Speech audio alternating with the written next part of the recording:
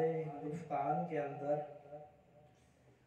एक बुजुर्ग गुजरे हैं जिनसे हम और आप सब आशना हैं, हज़रत ख्वाजा निज़ामुद्दीन रहमतुल्लाह अलैह, जो ख्वाजा गरीब नवाज के लक़ब से मारूफ हैं। आपके एक मुरीद थे हज़रत अमीर खुसरो रहमतुल्लाह अलैह। तो एक दिन हज़रत अमीर खुसरो रहमतुल्लाह अलैह अपने शेख हज़रत ख्वाजा निज़ामुद्दीन औलिया रहमतुल्लाह अलैह की खिदमत अक़दस में हाजिर हुए। आगे आगे तो खिदमत अक़दस के अंदर हाजिर हुए और अर्ज़ की कि हज़रत मैं कुछ अशआर लिख कर लाया हूँ, आप ये अशआर पढ़ लीजिए और मुझे बताइए कि ये मैंने कैसे लिखे हैं। नातिया रुबाई लिखी थी, 4 शेर लिखे थे नातिया रुबाई हुज़ूर अकरम सल्लल्लाहु अलैहि वसल्लम की शान अक़दस में। तो वो जब रुबाई पेश की तो हज़रत ख्वाजा साहब रहमतुल्लाह अलैह ने फरमाया कि खुसरो रुबाई तो तूने खूब कही है, लेकिन जो रुबाई सादी कहकर गए उसका कोई जवाब नहीं। अब हज़रत अमीर खुसरो रहमतुल्लाह अलैह ने और मेहनत की, अगले हफ्ते शेख की खिदमत में हाजिर हुए और अच्छी नातिया रुबाई अच्छे अंदाज में लिखकर लाए, शायर थे, हजरत को दिखाई। हजरत ने फिर देखा, फिर ख्वाजा साहब रहमतुल्लाह अलैह ने फरमाया कि खुसरो लिखी तो तूने भी खूब है, लेकिन जो सादी ने लिखी है उसका कोई जवाब नहीं। सुभान अल्लाह।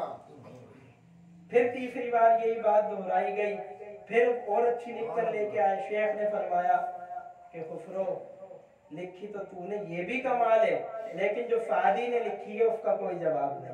सुभान अल्लाह। अभी हजरत अमीर खुसरो रहमतुल्लाह अलैह हैरान हो गए और कहने लगे कि हजरत आज मुझ पे ये राज खोल ही दीजिए कि शेख सादी रहमतुल्लाह अलैह ने क्या रुबाई लिखी है।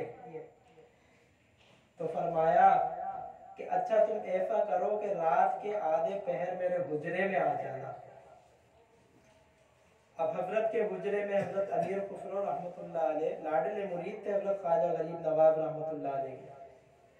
तो रात के पहर आखिरी हुजरे में दाखिल हुए तो बस शेख के साथ मुराकबे में बैठे तो एक अलग दुनिया में पहुंच गए। वो एक अलग दुनिया होती है। वहां पहुंचे तो देखा कि आप सल्लल्लाहु अलैहि वसल्लम का दरबार लगा हुआ है और तमाम औलिया इकराम बैठे हुए हैं, तमाम औलिया बैठे हुए हैं और ये कहते हैं हजरत ख्वाजा साहब हजरत अमीर खुसरो को फरमाते हैं कि तुम कहीं बैठ जाओ। और खुद ख्वाजा साहब जो है क्योंकि महबूब इलाही थे, नबी अलैहिस्सलाम के खास मुकर्रब थे, अल्लाह वाले थे, तो आगे चले गए। अब कहा नबी अलैहिस्सलाम शेख सादी की तरफ भरे मजमे में देखते हैं और शेख सादी को बुलाते हैं और कहते हैं सादी वो रुबाई कहो जो रुबाई तुमने कही है।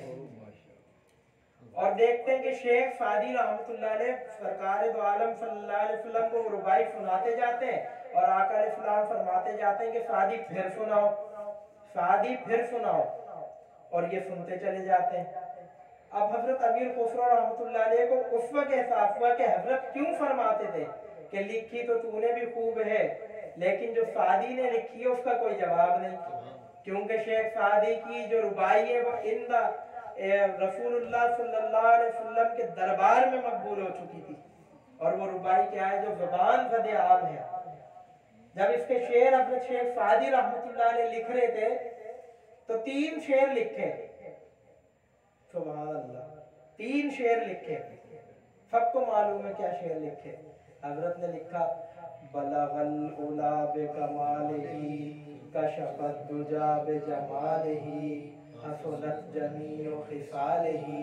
3 शेरों के ऊपर पहुंचे, आगे क्या कहे समझ ही नहीं आता। बलगल उला बे कमालिही कशफत दुजा बे जमालिही हसनत जमीओ खिसालिही। अब आगे ज़हन में नहीं आ रहा क्या कहे, आंख लग गई। सरकार दो आलम सल्लल्लाहु अलैहि वसल्लम की ज़ियारत हुई, फरमाया कि सादी ये क्यों नहीं कहता सल्लू अलैहि व आलिही, सल्लू अलैहि व आलिही, सुभान अल्लाह। बलगल गुलाब कमालिही कशफत दुजा बिजमालिही हसनत जमीओ खिसालिही सल्लू अलैहि व आलिही। तो ये खानकाहें हैं खानकाहों में जहाँ अल्लाह का इश्क दिया जाता है वहीं रसूलुल्लाह सल्लल्लाहु अलैहि वसल्लम के इश्क की घुट्टी घोल के भी पिलाई जाती है। क्योंकि हमारे सूफिया के यहाँ 3 इस्तिलाहात हैं, फना फिल्लाह, फना फिर रसूल और फना फिर शेख। 3 कैटेगरियाँ हैं अल्लाह की फनाइयत हासिल करने की, अल्लाह रब्बुल जलाल की ज़ात में फना होने की 3 कैटेगरियाँ हैं। फना फिर सबसे पहले फना फिर शेख होना पड़ता है, फिर फना फिर रसूल, फिर फना फिल्लाह की राह मिलती है। फना फिर शेख होंगे तो फना फिर रसूल मिलेगी, और फना फिर रसूल होंगे तो फिर फना फिल्लाह की राह मिलेगी। वो कैसे कि शेख तरीकत जो होता है वो अपने पीछे नहीं चलाता, बल्कि रसूल खुदा सरवर कौन व मकान सल्लल्लाहु अलैहि वसल्लम के पीछे चला रहा होता है। तो ये तमहीद बांधने का मेरा मकसद ये था कि आज मैं आप हजरात के सामने अशआर पढ़ूंगा और आपने वो पढ़ने में मेरा साथ देना है, साथ मिलके पढ़ना है ताकि सबका सवाब बराबर हो, सारे नबी इस्लाम के नाता बन जाए। जब कल नबी इस्लाम में मैदान महशर में देखें तो कहते देखो मेरे नाता आ रहे, मेरे तारीफ करने वाले आ रहे, मेरे नाता आ रहे हैं। और नात का इतना अदब खुद सरवर कौन मकान सल्लल्लाहु अलैहि वसल्लम ने करके दिखाया है। कैसे कि जब हसन बिन साबित रज़ी अल्लाह तआला अन्हु ने अशार लिखे और आए दरबार नबूवत में, अर्ज की कि या रसूल अल्लाह मैं अशार लिख कर लाया हूँ आपकी शान में। अल्लाह के महबूब मिंबर पे थे, अल्लाह के महबूब करीम सल्लल्लाहु अलैहि वसल्लम अपने मिंबर से नीचे आ गए, फरमाया ए हसन इब्न साबित तुम मिंबर पर चढ़ जाओ और मेरी शान में अशार कहो। हसन बिन साबित को मिंबर पे चढ़ाया नात कहने के लिए और खुद सरवर कौन मकान नीचे बैठ गए। तो ये नात की बुलंदी और रिफत को बुलंद किया गया है, ये दिखाया गया। और क्या अशार लिखे हजरत हसन बिन साबित रज़ी अल्लाह तआला अन्हु ने, व अहसन मिन कलम तरकत ऐनी व अजमल मिन कलम तरिदिन निसाउ खुलिक़त मुबर्रअम मिन कुल्ली ऐबिन कअन्नका कद खुलिक़त कमा तशाउ।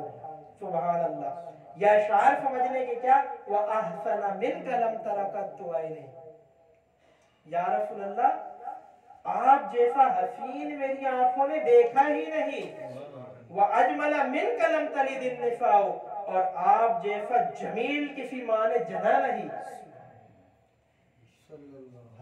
व अहसन मिन कलम तरकत ऐनी व अजमला मिन कलम तलिदिन निसाउ खुलिक़त मुबर्रअम मिन कुल्ली ऐबिन, के या रसूल अल्लाह आपकी जो खिलकत की गई है, आपको जो बनाया गया है हर ऐब से पाक करके इस कदर हसीन बनाया गया है कि मैं तो ये सोचता हूँ क्या, व अहसन मिन कलम तरकत ऐनी व अजमल मिन कलम तलिदिन निसाउ खुलिक़त मुबर्रअम मिन कुल्ली ऐबिन, मैं तो ये सोचता हूँ कअन्नका कद खुलिक़त कमा तशाउ, मैं तो ये समझता हूँ कि आपको इस तरीके से बनाया गया जिस तरीके से आपने चाहा है, यानी आपकी चाहत के मुताबिक आपको सांचे में डाला गया है।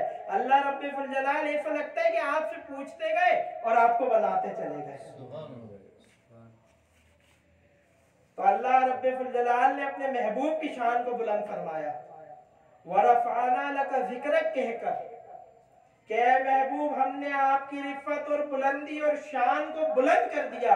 और कैसा बुलंद कर दिया कि जब कायनात के अंदर कुछ भी मौजूद नहीं था, कुछ भी मौजूद नहीं था कायनात के अंदर, ये कायनात बिल्कुल खाली थी, सिवाय वहदहू ला शरीक रब के और कोई भी नहीं था। वहदहू ला शरीक रब के कोई भी नहीं था, एक अकेला अल्लाह था। अगर अल्लाह रब्बुल जलाल अकेले थे, न फरिश्ते थे, न जिन्नात थे, न मलाइका थे, न इंसान थे, न चांद सूरज सितारे थे, न कहकशा थी, कुछ नहीं था, तो फिर क्या था, तो फिर क्या था। अल्लाह रब्बुल जलाल ने एक नूर को अपना महबूब बना लिया था। अबू तालिब, जनाब अबू तालिब ने फरमाया कि जब हुजूर सल्लल्लाहु अलैहि वसल्लम का हुस्न देखा, फरमाया फतजल्ला रब्बुहु इस्मुहु महमूद, अल्लाह रब्बुल जलाल ने अपने इस्म महमूद पर तजल्ली फरमाई। वखरज मिनहा नूरा, तो उससे एक नूर निकला। अल्लाह का नाम है ना महमूद, और मकाम महमूद भी नबी इस्लाम के लिए महशर में सबसे आला मकाम महशर का। क्या फरमाया? फतजल्ला रब्बुहु इस्मुहु महमूद, अल्लाह ने अपने इसमें महमूद पर तजल्ली फरमाई। फखरज मिनहा नूरा, तो उससे एक नूर निकला। फसम्माहु मुहम्मदा, तो उस नूर का नाम अल्लाह ने मोहम्मद रख दिया। उस नूर का नाम अल्लाह ने मोहम्मद रख दिया। तो जब कायनात में कुछ भी नहीं था, अल्लाह ने अपने इस्म पर तजल्ली फरमाई जब, तो उससे एक नूर निकला और उस नूर का नाम मोहम्मद रख दिया, और उस नूर को अपना महबूब और लाडला बना लिया। और फिर ये कायनात किस लिए सजाई गई? जब फरिश्तों को बनाया अल्लाह रब्बुल जलाल ने, हामिल अर्श को, जिब्राइल, इस्राफील, मिकाइल और इस्राफील को, तो सबसे पहले तारुफ मेरा और आपका नहीं कराया गया, आदम अलैहिस्सलाम का तारुफ नहीं कराया गया। सबसे पहले तारुफ कराया गया, अर्श के पाए पे लिखा था इन्ननी अनल्लाह ला इलाहा इल्ला अना, मैं अल्लाह हूँ, वहदहु ला शरीक हूँ, मेरे अलावा और कोई दूसरा इलाह नहीं, लेकिन मैं हूँ मैं। जब खालिक ने मैं कह दिया, बंदे से मैं निकल गई कि ये खालिक, मैं का लफ्ज़ खालिक को ज़ेबा है, बंदे को नहीं। इन्ननी अनल्लाह ला इलाहा इल्ला अना, मैं ही अकेला हूँ, मैं ही अकेला हूँ। कौन? इलाह, माबूद अकेला बरहक। और आगे क्या लिखवाया? मुहम्मदुर रसूलुल्लाह, और मोहम्मद मेरे रसूल है। फरिश्तों को सबसे पहले अल्लाह ने अपने बाद जो तारुफ पेश किया, वो अपने महबूब का तारुफ पेश किया। और अल्लाह ने क्या फरमाया? अल्लाह के नबी करीम सल्लल्लाहु अलैहि वसल्लम ने फरमाया अव्वलु मा खलक़ल्लाहु नूरी, अल्लाह ने सबसे पहले मेरे नूर को खल्क फरमाया है, सबसे पहले मेरे नूर को खल्क फरमाया। ये कायनात जो बनाई गई, इसका निजाम चलाया गया, 1,24,000 अंबिया को तरतीबवार भेजा गया। इस सब का मकसद क्या था? कायनात चलाने का, बनाने का, इसमें इंसानियत को पैदा करने का मकसद क्या था? कि कुल इंसानियत को मेरे महबूब का तारुफ हो जाए, मेरे महबूब का तारुफ हो जाए। बनाया सबसे पहले, भेजा सबसे आखिर में। कोई अपने महबूब के बगैर रहता है? तो अल्लाह ने तो हमसे कितना बड़ा एहसान किया कि 63 साल अपने महबूब को दुनिया में रखा, लेकिन फिर भी बारी बारी जिब्रील से पैगाम पहुंचाते रहे कि मेरे महबूब गम न करना। आखिरी बार जब हजरत इब्राहिम नबी इस्लाम के पास आए तो कहा आप दुनिया में रहना चाहते हैं या अल्लाह से मिलना चाहते हैं? तो फरमाया कि मुझे मेरे महबूब से मिलने की जल्दी है। तो वो महबूब है अल्लाह के, और अल्लाह का ये हम पर एहसान है कि अपना महबूब अल्लाह ने हमें अता फरमाया, और उस महबूब की लाडला महबूब अता फरमाया, और हमें लाडली उम्मत बना दिया। तो ये सारी तमहीदात बांधने का मेरा मकसद एक नात शरीफ आप हज़रात के सामने पढ़ना है कि नबी अलैहिस्सलाम बलगल उला बिकमालिही, पहुंचे आप कमाल बुलंदी को, पहुंचे आप कमाल बुलंदी को। कैसी बुलंदी पर पहुंचे? कि जहां पर और किसी को नहीं पहुंचाया गया। मूसा कलीमुल्लाह अलैहिस्सलाम जिंदगी भर आरज़ू करते रहे, वकल्लमल्लाहु मूसा तकलीमा, और अल्लाह से कलाम करने वाले। इनसे पहले ये एजाज़ किसी नबी को हासिल नहीं हुआ अल्लाह से बराह रास्त कलाम करने का, लेकिन मूसा अलैहिस्सलाम ने अल्लाह से बराह रास्त कलाम किया है। और क्या ख्वाहिश करते रहे हमेशा? क्या ख्वाहिश रही हजरत मूसा अलैहिस्सलाम की? कि मेरे रब का मुझे दीदार भी हो जाए, मेरे रब का दीदार भी हो जाए। एक तजल्ली अल्लाह रब्बुल जलाल ने 70 पर्दे अपने रुख से हटाए, मूसा अलैहिस्सलाम पे तजल्ली पड़ी, बर्दाश्त ना कर सके, बेहोश हो गया और तूर जल के खाक हो गया, तूर जल के खाक हो गया। और इधर जब महबूब की बारी आई तो रब्बुल जलाल ने महबूब सल्लल्लाहु अलैहि वसल्लम को खुद आसमानों की तरफ बुलंद किया। काबा कौसैन नीचे रह गए, सिदरतुल मुंतहा नीचे रह गई। जिब्रील कहने लगे कि या रसूल अल्लाह, इससे आगे मेरी परवाज़ नहीं है, मैं आगे जाऊंगा मेरे पर जल जाएंगे। अल्लाह के रसूल, अब यहाँ से आपका अकेले सफर शुरू होता है। फर्क है महबूब में और कलीम में। जब हजरत मूसा अलैहिस्सलाम रब से कलाम करने के लिए तूर पर जाया करते थे तो हुक्म होता था कि मूसा, ये वादी मुकद्दस है, अपनी नालेन को जुदा कर दो। मूसा, ये वादी मुकद्दस है, अपनी नालेन को जुदा कर दो। और जब महबूब अर्शे बरी पे पहुंचे, वहां पे रब तजल्ली फरमा रहा था एक झाड़ी के ऊपर, और वो कलाम करती थी मूसा अलैहिस्सलाम से। तो जिस जगह रब की तजल्ली पड़ती है वो जगह मुकद्दस है माना, इसलिए कलीमुल्लाह को हुक्म हुआ कि अपने जूते आप उतार दीजिए, क्योंकि ये वादी मुकद्दस है। और वहां महबूब को अर्शे बरी पे बुलाया, जहां पे अल्लाह ने फरमाया कि अल्लाह रब्बुल जलाल खुद है अर्शे बरी पे अपनी तजल्लियात के साथ, ज्यादा तजल्लियात अर्शे बरी पे। वहां पे महबूब करीम सल्लल्लाहु अलैहि वसल्लम अपने जूते जब नालेन मुबारक उतारने लगे तो फरमाया कि या मोहम्मद, नालेन को मत उतारिए, नालेन समीत आ जाएंगे। फरमाया कि अल्लाह मूसा को तो हुक्म था कि वादी मुकद्दस है, अपनी नालेन को जुदा कर दो, और मुझे अर्श पे आप नालेन। फरमाया कि ए महबूब, ये मेरे अर्श बेचैन है आपके कदमैन शरीफैन के बोसे के लिए, अर्श बेचैन है। तैयारी की गई पूरी। मेराज जब नबी अलैहिस्सलाम को कराई गई तो पूरी तैयारी की गई, जन्नत सजाई गई। जाकर कहा कि जाओ जन्नत के अंदर तुम सवारियां तलाश करो, देखो बेहतरीन सवारी क्या है जन्नत के अंदर।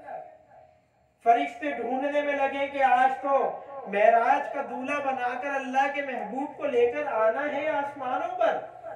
मैं जरा देखें तो कोई आला सवारी हो। बुराक की तलाश में फरिश्ते जन्नत के अंदर पहुंचे।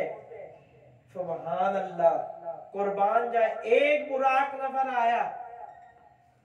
सारे बुराक खुश थे, चहल पहल कर रहे थे, लेकिन वो गमगीन था, एक कोने में बैठा था। हजरत जिब्रील ने कहा कि तू क्यों गमगीन है? कहने लगा कि जब से मुझे ये इत्तला मिली है कि अल्लाह के महबूब हम बुराकों में से किसी एक बुराक पर सवार होंगे, जब से मैं रोता रहता हूँ कि अल्लाह आप मेरी किस्मत जगा दीजिए कि महबूब खुदा मेरे ऊपर सवार हो जाए। और उस बुराक की जो लागर था बाकायदा खूबसूरत भी नहीं, उसकी किस्मत जागी। महबूब के गम में अपने आप को उसने जलाया ना, उसकी किस्मत जागी।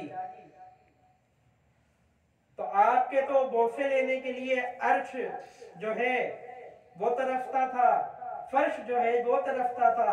जब नबी अलैहिस्सलाम मेराज के वक्त सो रहे थे तो हजरत जिब्रील अलैहिस्सलाम ने फरमाया कि अल्लाह के महबूब को कैसे उठाऊं, आवाज निकालता हूं तो नींद में खलल आएगा, बेअदबी हो जाएगी।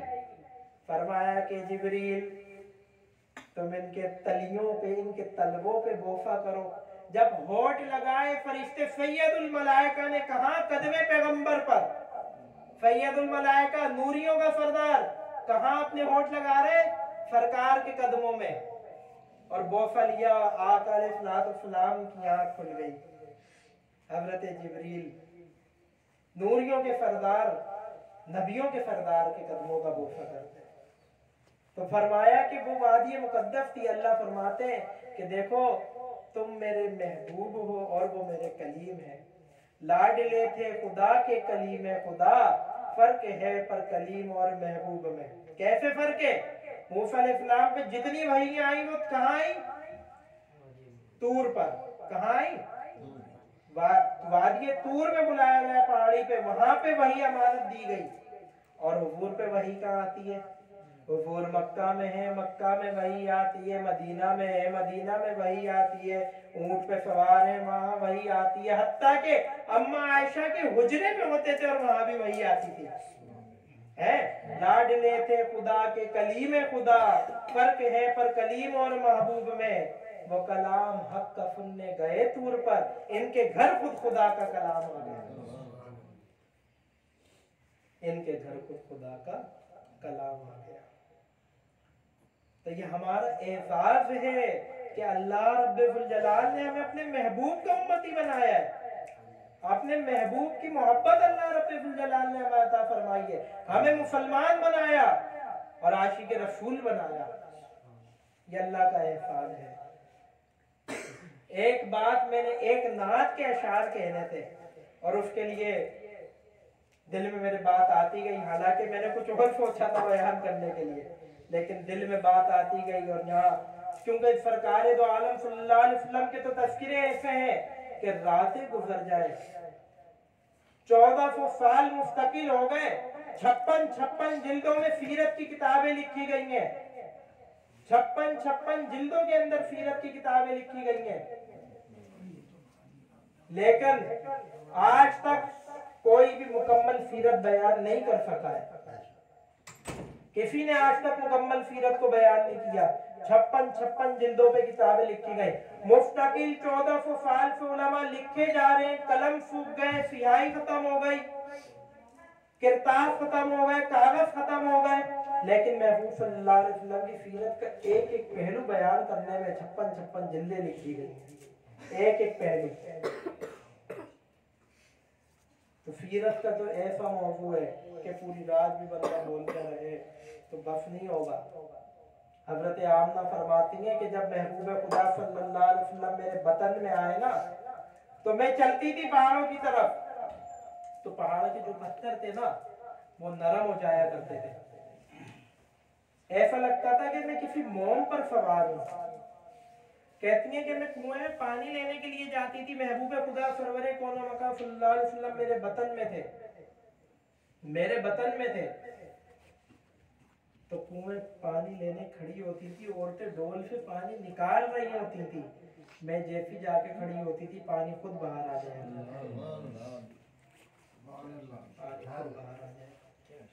हजरत शीमा फरमाती हैं, शीमा नबी अलैहिस्सलाम की रिज़ाई बहन थी, कहती हैं कि जब मैं बकरियां चराने के लिए जाती तो जिस जगह मेरे भाई मोहम्मद होते उस जगह ही बकरियों का रुख होता, और कहीं जाती नहीं, और जिस जगह कदम रख देते उस जगह से बकरियां सैर होकर खा लिया करती थी। जब से हमारे घर हुजूर का वजूद आया, हमारी बकरियों के थन खाली नहीं हुआ, उनसे दूध निकलता रहा।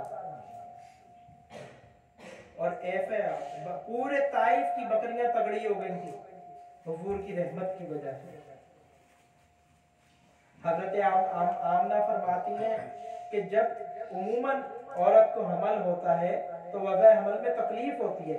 फरमाया कि जब सरवरे दो कौनो मका सल्लल्लाहु अलैहि वसल्लम मेरे बतन में थे और वजह हमल हुआ, तो मुझे तो ऐसा लगा कि जैसे किसी ने कोई तकलीफ ही नहीं हुई, और खुशबू ऐसी फैली जैसे मुश्को अंबर की भी क्या खुशबू होगी, इससे भी ज्यादा खुशबू फैल गई, ऐसी खुशबू फैल गई। हजरत उम्मे ऐमन फरमाती हैं कि आम बच्चा आता है, आम बच्चा दुनिया में आता है, अपने साथ गंदगी लेके आता है, हुजूर जब आए तो अपने साथ मुश्को अंबर से ज्यादा खुशबू लेकर आए। उम्मे ऐमन फरमाती हैं आम बच्चा पैदा होता है तो उसे कोई होश नहीं रहता, लेकिन जब हुजूर सल्लल्लाहु अलैहि वसल्लम पैदा हुए तो पैदा होते ही आपने सजदा किया, बताया मखलूक को। और फरमाती हैं हज़रत आमना जब हुजूर पैदा हुए तो मैंने देखा कि मेरे सामने से स्पीकर का रुख थोड़ा उस तरफ घुमा, तो मैंने देखा कि मेरे सामने से पर्दे हट गए हैं और शाम के महल्लात मुझे नजर आना शुरू हो गए, और मैं देखती थी आसमान से एक नूर बुलंद होता है और सितारे एक झुरमट बनाकर मेरी ज़ियारत को आते हैं देखने के लिए। सुभान अल्लाह, तो ऐसी शान वाला नबी अल्लाह ने अता किया। लेकिन फिर दीन के खातिर अल्लाह के महबूब की जिंदगी देखो, मक्का वालों ने जुल्म किया, ताइफ वालों ने जुल्म किया, ताइफ वालों ने तो आपके जिसमें अकदस पे पत्थर मार मार के आपके जूतों को लहूलुहान कर दिया। उहद में कुफार ने क्या हालत की, नबी इस्लाम के दंदान मुबारक शहीद हुए इस उम्मत के खातिर कि मेरे आने वाले क़यामत तक आने वाले लोगों को हक़ का पैगाम पहुंच जाए। अल्लाह के नबी सल्लल्लाहु अलैहि वसल्लम के एहसानात हैं, और उन एहसानात का बदला हम क्या देते हैं? क्या दिन में 100 बार भी दुरूद शरीफ पढ़ते हैं? नहीं, जबकि दुरूद शरीफ की तादाद उलमा ने फरमाया कि कम अज़ कम दिन में 3000 बार तो पढ़नी चाहिए। जिस नबी की ज़बान उम्मती उम्मती उम्मती उम्मती कहते कहते नहीं थकती थी, आज हमें उसका नाम लेते लेते हमारी ज़बान थक जाती है। यह हमारी आशिकी है। तो मैं अशार पढ़ने लगता हूँ। अब बात बहुत लंबी हो गई है मेरी, तो आप हज़रात मेरे साथ में मिलके वो अशार पढ़ें।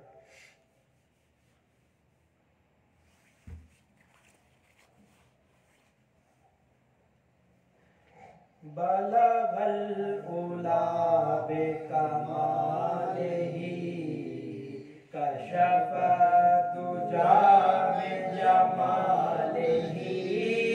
बलगल उला बेकमालिही कशफ दुजा बेजमालिही।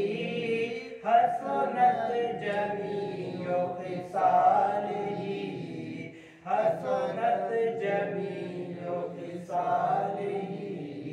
सल्लु अलैहि व आलिही सल्लु अलैहि व आलिही सल्लु अलैहि व आलिही सल्लु अलैहि व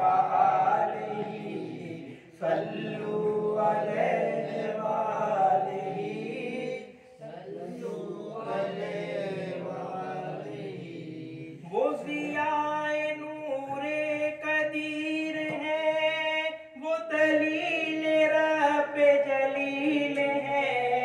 वो ज़ियाए नूरे कदीर है, वो दलील रब जलील है। वो जहाँ भी जलवा नुमा हुए, वो जहाँ भी जलवा नुमा हुए, वो जहाँ भी जलवा नुमा हुए, तो नुमाया शान खुदा हुई। सल्लु अलैहि व आलिही सल्लु अलैहि व आलिही सल्लु अलैहि व आलिही। वो हिला मकां के मकी हुए, फर अर्श तख्त नशी हुए। वहिला मकां के मकी हुए, फर अर्श तख्त नशी हुए। ये नबी है जिनके हैं ये मकाम, ये नबी है जिनके हैं ये मकाम। वो खुदा है जिसका मकान नहीं। सल्लु अलैहि व आलिही सल्लु अलैहि व आलिही सल्लु अलैहि व आलिही सल्लु अलैहि व आलिही सल्लु अलैहि व आलिही। सरना मकां से तलब हुई, छुए मुंतहा वो चले नबी। सरना मकां से तलब हुई, छुए मुंतहा वो चले नबी।